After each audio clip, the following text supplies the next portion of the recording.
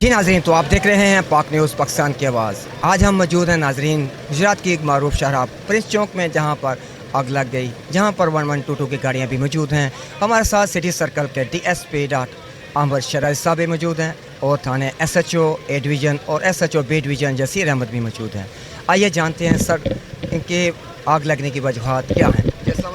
वालेकुम अस्सलाम। ये प्रिंस चौक में AD भाई पिज़्ज़ा शॉप है और ये एक्चुअली संगम पैरा है हमारे दो थानों की, A डिवीज़न और B डिवीज़न की। तो फ़र्ज़ की पुकार पर दोनों SHO साहबान और मैं आवाम की और आपकी खिदमत के लिए यहाँ पे हाज़िर हूँ। असल ये ऑपरेशन 1122 का है जो बड़ी मुस्तैदी से जारी है।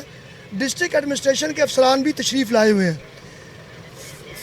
फौरी तौर पर यह बताया जाना है कि इसके रीज़न क्या थे, आग क्यों लगी, ये मुमकिन नहीं होता। इसके लिए आग लगने के बाद फोरेंसिक टीम दौरा करती हैं।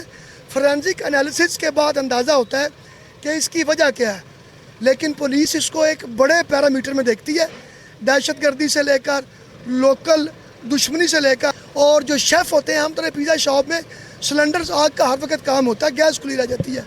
कोई शेफ़ ने गलती की है, क्या कोई शॉर्ट सर्किट हुआ है, कहीं वापडा की तारों का इशू था, तो ये तमाम बातें बाद में फोरेंसिक रिपोर्ट में वाज़े होती हैं।